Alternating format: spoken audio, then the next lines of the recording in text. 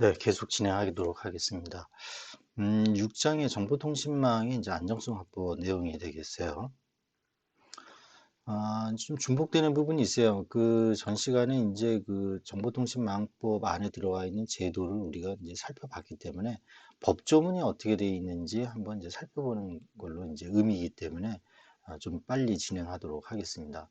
자, 정보보호 조치 45조, 정보통신망 안정성 확보 등에서 45조에는 다음 각 호의 어느 하나에 해당하는 정보통신 서비스 제공에 사용되는 정보통신망의 안정성과 신뢰성을 확보하기 위한 보호 조치를 해야 된다. 그러면 대상자가 어디냐? 바로 정보통신 서비스 제공자이고 여기 보시면은 대통령 등으로 정하는 기기, 설비, 장비가 다 포함되어 있다라고 했어요. 제조하거나 수입하는 자도 포함되는 거죠. 그러니까 정보통신 서비스 제공자는 이제 설비, 뭐 각종 장비, 그 다음에 뭐 광 케이블, 그죠? 등등. 이 신뢰성 안전 확보를 해야 되지만 제조하거나 수입하는 자도 신뢰성 확보를 하기 위한 보호 조치를 해야 된다는 거예요. 왜냐하면 그 기기에 뭐 바이러스라든지 뭐 트로이 목마라든지 이런 것들이 그 들어갈 수가 있잖아요. 그러니까 예를 들면 CC 인증을 받은 제품을 뭐 예를 들면 수입한다든지 제조할 때 이러한 제조하고 나서 뭐 예를 들면 장비에 대한 보안 검증을 한다든지 이런 거를 이제 하라는 겁니다. 그리고 이제 보호 조치를 하기 위한 지침이 이렇게 있는 거죠. 45조의 정보보호 지침에 관한 이제 지침을 내려서 검사를 해라라는 얘기입니다. 무슨 얘기인지 잘 아셨죠? 그 다음에 이제 정보보호 사전 점검은 우리가 배운 겁니다. 그죠? 어, 정보통신 서비스 제공자는 새로이 정보통신망을 구축하거나 새로이 정보통신 서비스를 제공하고자 하는 때는 계획 설계 단계부터 정보 보호를 고려해야 된다. 그러니까 시큐리티 바이 디자인이에요라고 제가 얘기를 했었죠. 그죠? 그러니까 구축 단계와 운용 단계가 있다 그러면 구축 단계에서는 예를 들면 계획하고 플랜을 세우고 설계를 할 텐데 이때는 사전 점검이라는 제도를 두었다. 그리고 운영 단계로 들어가면 정보보호 관리 체계를 두어서 정보보안 그 수준을 제고하도록 했다라는 얘기입니다. 예, 요 패러는 꼭 기억하시면 좋겠고요.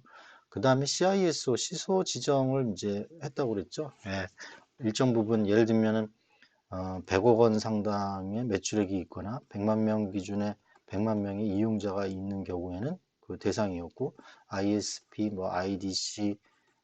그 다음에 교육기관, 특히 재학생 수가 1만 명. 그 다음에 또 뭐가 있었죠? 병원. 매출액이 1,500억 원 이상인 자중에 병원. 대형 병원이 되겠죠. 이런 데는 또 뭡니까? 이게 ISMS 인증 의무 대상자이면서 그죠? 시소를 지정을 해야 되고 그것도 임원급으로 해야 됐어요. 그죠? 그리고 과기정통부 장관에 신고를 해야 된다고 그랬습니다. IDC에 대한 거는 대통령이 정하는 바에 따라서 보호 조치를 해야 된다라고 했어요. 의무죠. 여기 보면 하여야 한다라고 되어 있잖아요.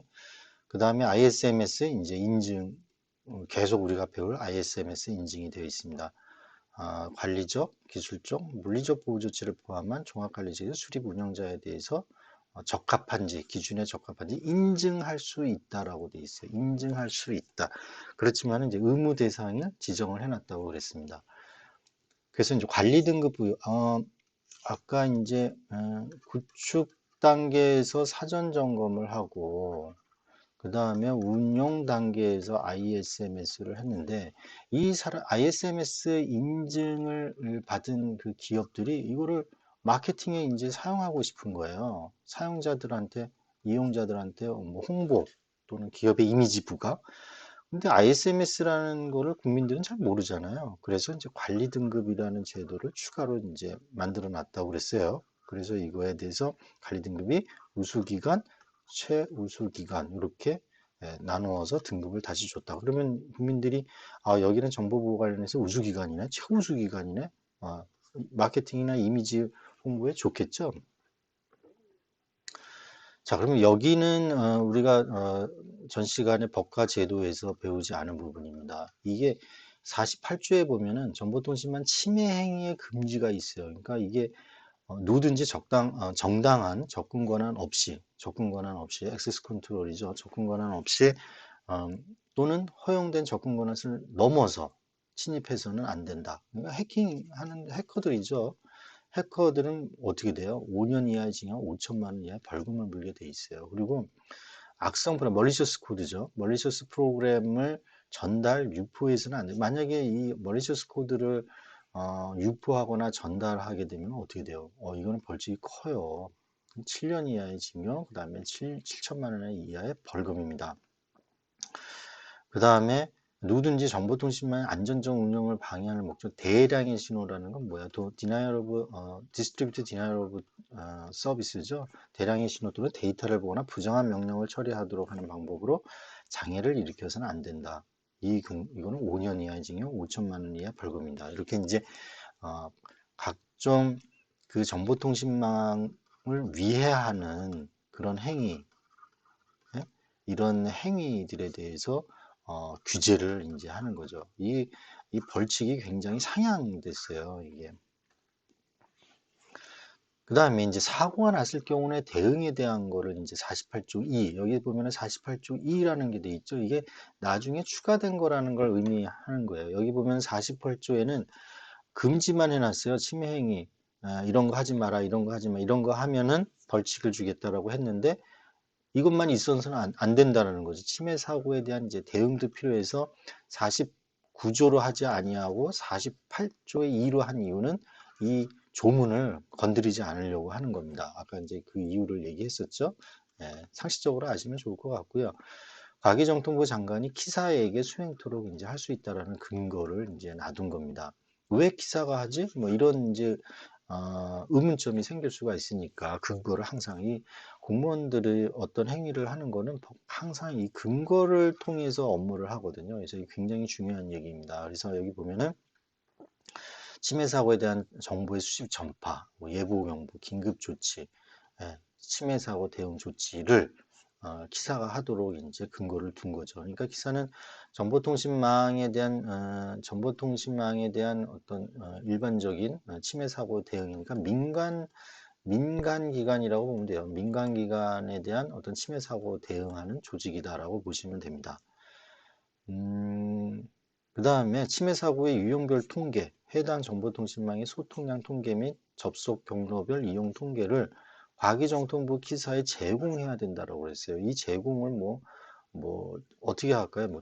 페이퍼로 하나요? 오프라인으로 하나요? 그렇지 않죠. 온라인으로 이제 제공을 할 겁니다. 온라인으로 이제 자동으로 제공을 하려면 이제 탭 장비를 붙이는 거죠. 탭 장비를. 그죠? 그러니까 예전에 이게 이제 인터넷 익스체인지 노드가 있잖아요. 인터넷 익스체인지 아이고, 노드가 있는데 이제 예를 들면 KT 인터넷망, LG U 플러스망 또는 SK 인터넷망. 그럼 얘네들 간에 상호 그 연계가 돼야 되는데 그걸 하기 위해서 이렇게 IX 노드가 이렇게 있죠. 인터넷 상호 이제 그 망을 연계하는 거죠. 그 다음에 다른 그 연구망도 있을 수 있고 다양한 망들이 이렇게 있습니다. 그리고 각각 이제 해외 쪽으로 나가는 관문국 역할을 하는 그런 망이 이제 있겠죠. 자, 여기 요 IX 노드에다가 탭 장비를 이렇게 이제 붙이는 거예요. 요 탭 장비를 붙여서 요거를 어떻게 해요? 키사로 그 트래픽을 전송을 해주는 거죠. 네? 그러니까 주요 구간에 KT의 어떤 그 백본이 있다. 백본이 있으면은 주요 지점에 탭 장비를 붙여서 자동으로 이 키사에 트래픽을 보내주게 되는 겁니다. 그러면 이 트래픽의 양을 보고 우리나라에 갑자기 예를 들면은 보통 에버리지 예를 들면 트래픽이 한 100기가가 이렇게 트래픽이 발생되는데 갑자기 이렇게 증가한다. 그러면은 뭔가 여기에 이제 이벤트가 발생이 되는 거죠. 이게 뭐 예를 들면 디도스 공격이든지 뭐 원 바이러스에 의해서 자꾸 막 전파가 된다든지 뭔가 이상 징후가 있는 겁니다. 이상 징후가. 그죠? 예, 그런 걸 이제 판단을 하는 거죠. 근데 이 패킷을, 이 트래픽의 이제 패킷을 좀 뭐라고 그러나요? 이 분석, 까진다고 그러죠. 그래서 이제 분석을 좀 하면 좋은데 아마 이걸 분석은 잘 못할 겁니다. 이게 양 정도? 요새는 하는지 잘 한번 다시 봐야 될 필요가 있겠네요. 하여튼 이 패킷까지 분석을 해서 하면은 이제 좋겠죠. 어쨌거나, 아, 기사에 이제 제공을 해야 되는 그 기관들은 기업들은 주요 정보통신 서비스 제공자, IDC 사업자, 대통령이 정하는 자는 이렇게 온라인으로 이렇게 트래픽 통계량을 제공을 해줘야 됩니다. 그래야 뭐 이상 징후를 판단을 해서 이제 대응을 하니까요. 그 다음에 침해 사고가 났을 때는 신고를 하게 해놨어요. 40벌초 3에다가. 그래서 침해 사고가 발생을 하면은 이러한 사업자 대상은 반드시 신고를 이제 해야 되는 거죠. 신고를 하지 않으면 또 벌칙이 가해집니다. 그 다음에는 48조 사회는 원인 분석을 하게 해놨어요.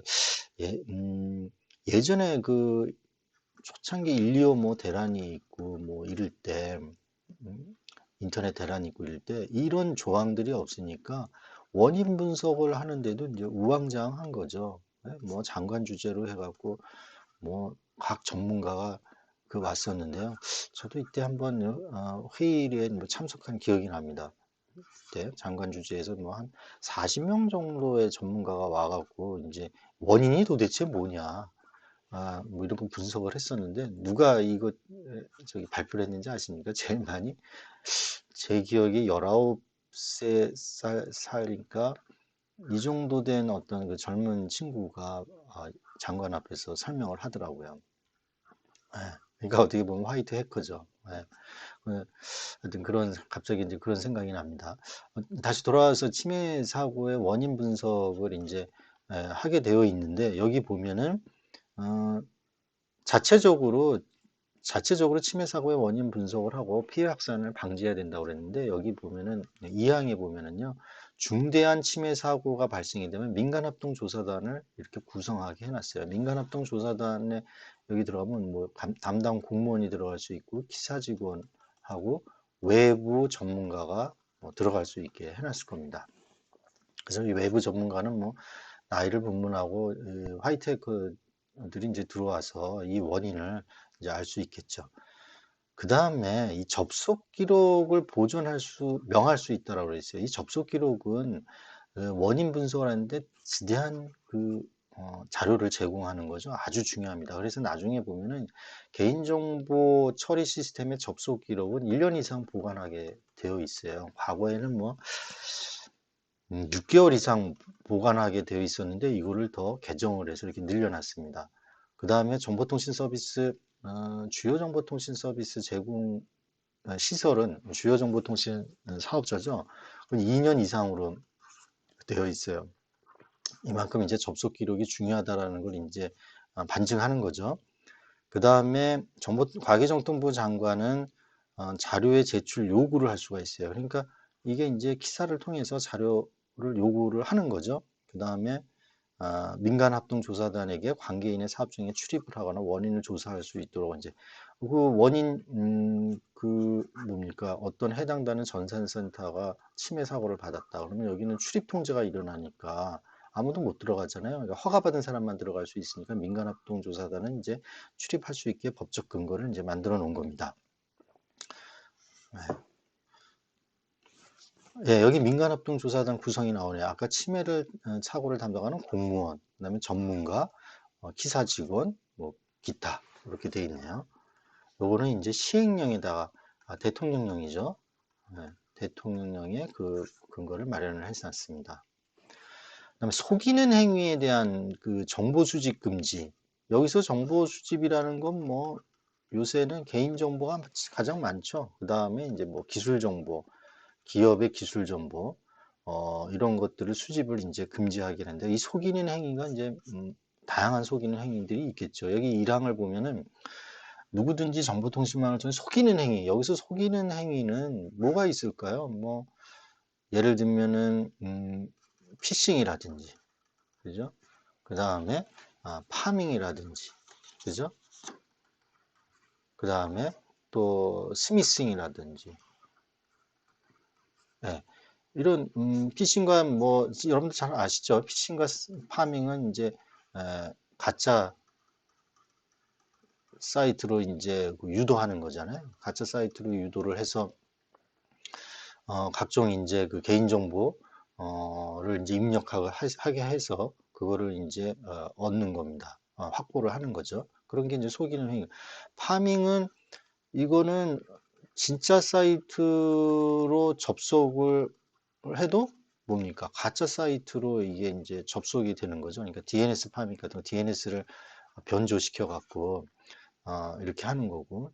스미싱은 그 SMS죠. SMS 플러스 이제 피싱에 이제 결합된 이제 용어죠. SMS를 보내갖고 그 단문 문자 안에 어떤 이제 링크 되어 있는 그 주소가 있으면 이거를 클릭을 하면은 그 단말기에 뭡니까? 멀리셔스 코드를 설치를 하는 거죠. 네, 여기 이제 멀리셔스 코드가 설치가 돼서 뭐 각종 그 단말기 안에 있는 개인정보가 유출되게 하는 거. 예, 뭐 여러분들 이제 알고 있지만 리마인드 차원에서 이제 말씀을 드렸습니다. 또는 요새는 이제 메모리 해킹도 뭐 있는데 하여튼 이러한 각종 속이는 행위를 통해서 다른 사람의 정보를 수집하거나 다른 사람이 정보를 제공하도록 유인해서는 안 된다라는 거죠. 그래서 다른 사람의 정보를 수집하는 거는 3년이고 유인하는 자는 2년 뭐 이렇게 해놨어요. 그 다음에 1항을 위반한 사실을 발견하면은 즉시 신고를 해야 됩니다. 그죠? 신고를 이제 기사는 이 신고를 받으면은 예, 어떤 수집 전파를 해야 되고 예보 경보를 이제 하는 거죠.